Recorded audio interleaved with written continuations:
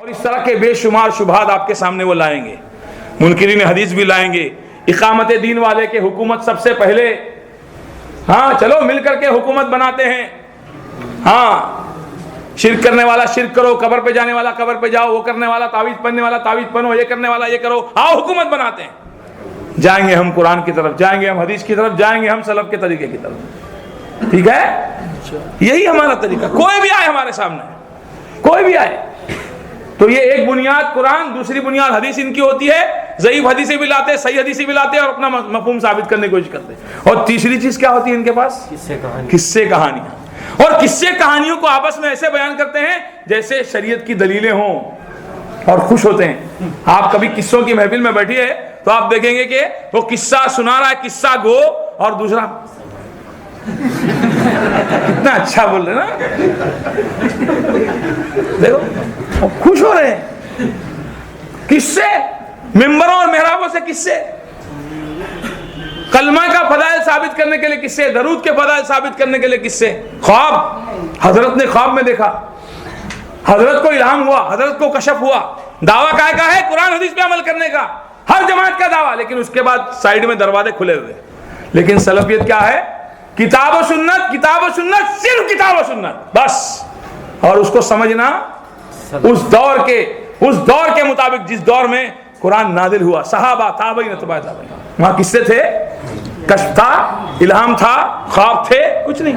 یہاں تو دیکھیے ایک حضرت فرماتے ہیں، میں نے سنا تھا، بس ختم کر رہا ہوں، میں نے سنا تھا کہ جو کوئی 70,000 مرتبہ لا الہ الا اللہ پڑھ کر کسی پہ بخش دے تو وہ جہنمی ہے تو جنتی ہو جاتا ہے۔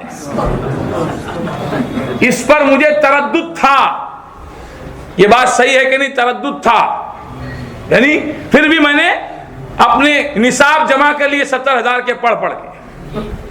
الفاظ میں کچھ ہیر پھیر ہو سکتا ہے بھائی، حافظ نہیں ہوں میں اس کتاب کا۔ مجھے پتا چلا کہ ایک لڑکا، ایک نوجوان جس کو کشف ہوتا ہے، جنت جہنم کا بھی کشف ہوتا ہے، وہ لڑکا محلے میں ایک دن ہمارے آیا، میں نے اس کی کھانے پہ دعوت کر دی۔ اب یہ دیکھیے حضرت بتا رہے نہیں کہ 70,000 کی تعداد انہوں نے کہاں سے سنی تھی، ضرورت کیا ہے ہم کو؟ قصہ ہے، دین ہے، کہانی ہے، شریعت ہے کہ نہیں؟ اب وہ لڑکا، اس کو میں نے اس کی دعوت کر دی، اچانک وہ کھانا کھانے جب بیٹھا اچانک چیخنے لگا، چچا جان میں اپنی ماں کو جہنم میں دیکھتا ہوں۔ واہ کیا بات! میں نے چپکے سے وہ نصاب جو میں نے جمع کیے تھے اپنے لیے، ان میں سے ایک نصاب اس کی ماں کی طرف بخش دیا۔ ہم لوگ بہت رہے اس لائن میں بھائی، قبروں کی کھاکے کھائے، فاتحہ کیے، قوالی گائے، یہ اکشنا بخشنا آج تک سمجھ میں نہیں آیا۔ اب کمپیوٹر کا دور تو تھا نہیں بھائی، کٹ پیسٹ کاپی پیسٹ کٹ پیسٹ، ایسا تو تھا نہیں، ادھر سے پڑھا ادھر بخش دیا۔ اب وہ حضرت فرماتے ہیں کچھ دیر بعد وہ لڑکا حشاش بشاش ہو گیا اور کہا، چچا جان میں اپنی ماں کو جنت میں پاتا ہوں۔ تو ادھر کیا ہونے والا بھائی؟ وہ قیامت کا دن، اس دن کیا ہونے والا ہے؟ سب تو ادھر ہی ہو جا رہا ہے۔ اور صحابہ کو حضرت کے نسخہ پہلے پہنچا دیے ہوتے یا پہنچ جاتا تو سب کو ٹرانسفر کرا لیتے۔ بتائیے، کسی صحابی نے بیٹھ کے جنت جہنم نہیں دیکھی، لیکن یہ حضرت بیچارے نوجوان دیکھ رہا ہے۔ اب کیا کریں؟ اخلاق تو بہت اچھے ہیں ان کے، لے لیں ان کی تعلیمات کو؟ بولو نہیں، اس لیے کہ سلف، یہ سلفی طریقہ نہیں، قصہ کہانی۔ فرماتے اس سے مجھے دو چیزیں معلوم ہوئی۔ کہاں سے معلوم ہوئی حضرت؟ کتاب سے، سنت سے، سلف سے۔ ایک تو 70,000 کی حقیقت مجھے معلوم ہو گئی، کیسے معلوم ہوئی؟ کچھ دلیل تو دو۔